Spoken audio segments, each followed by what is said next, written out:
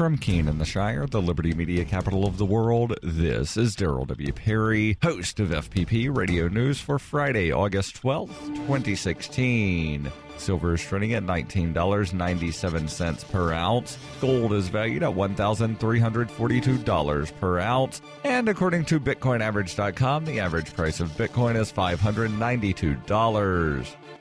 Antiwar.com reports Ukraine's General Staff spokesman Vladislav Seldinyov on Thursday sought to downplay concerns about the situation on the border with the Crimean Peninsula, insisting that the Ukrainian military has all the resources and power necessary to defend itself from any situation that might unfold. Ukraine has been building up its military along the Crimean border in the past few days after Russia reported a weekend incident in which people from the Ukrainian side, whom they identified as government spies, attempted to infiltrate the peninsula, killing a Russian soldier and an FSB member. Selesnyov has claimed Russia invented the claims as part of some sort of plot to take aggressive action against Ukrainian territory, but insisted that the military could adequately respond to any aggressive action with the present level of preparedness. As tensions continue to rise, these comments should, at the very least, calm some of the bellicosity from the NATO member nations about the Russian frontier, as Ukrainian officials insist they believe they can handle the situation themselves and don't need NATO gearing up for World War III over the Crimean Peninsula.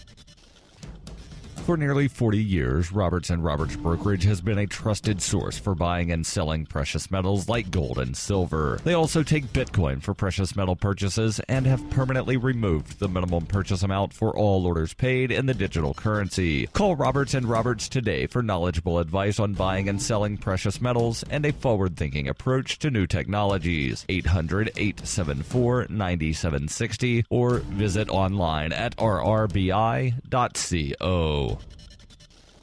UPI reports, despite growing acceptance of its use for medical and recreational purposes, cannabis will remain on the DEA's list of illicit drugs that the agency says has no practical value. The DEA rejected requests Thursday to remove cannabis from its Schedule I list of controlled substances, saying it has no currently accepted medical use. The agency said another factor in its decision is the drug's high potential for abuse. The DEA said in a report on Thursday, after gathering the necessary data, DEA requested a scientific and medical evaluation and scheduling recommendations from the Department of Health and Human Services, adding HHS recommended that cannabis remain in Schedule 1. Drugs listed on the DEA Schedule 1 supposedly meet 3 criteria: a high potential for abuse, no current accepted medical use, and a lack of accepted safety for the drug's use under medical supervision. Other drugs on the Schedule 1 of substances include heroin, LSD, and the stimulant called ecstasy. The decision to keep cannabis as a Schedule 1 drug will continue to divide the federal government from 25 states as well as the District of Columbia, which have passed laws allowing for the medical use of cannabis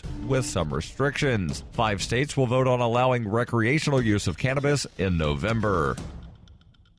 When her plush and comfy life suddenly and unexpectedly fell apart, Brooke and her dog Cloud set out to defy the odds. If this is a man's world, as they say, living on the streets is no place for a young woman. One day she awoke in the redwood forest and realized she had become a hobo, and would ultimately come to know exactly what it means to survive. How to Be a Hobo by Brooke Willett is available from Amazon.com and all major bookstores. Reuters reports U.S. intelligence officials told top congressional leaders a year ago that Russian hackers were attacking the Democratic Party, according to 3 sources familiar with the matter, but the lawmakers were unable to tell the targets about the hacking because the information was so secret. The disclosure of the top-secret information would have revealed that U.S. intelligence agencies were continuing to monitor the hacking as well as the sensitive intelligence sources and the methods they were using. The material was marked with additional restrictions and assigned a unique code word, limiting access to a small number of officials who needed to know that the U.S. spy agencies had concluded that 2 Russian intelligence agencies, or their proxies, were targeting the Democratic National Committee, the central organizing body of the Democratic Party. The National Security Agency and other intelligence agencies sometimes delay informing targets of foreign intelligence activities under similar circumstances, according to officials. The alleged hacking of the Democrats and the Russian connection did not become public until late last month, when the FBI said it was investigating a cyber attack at the DNC. The DNC did not respond to a request for comment for this story.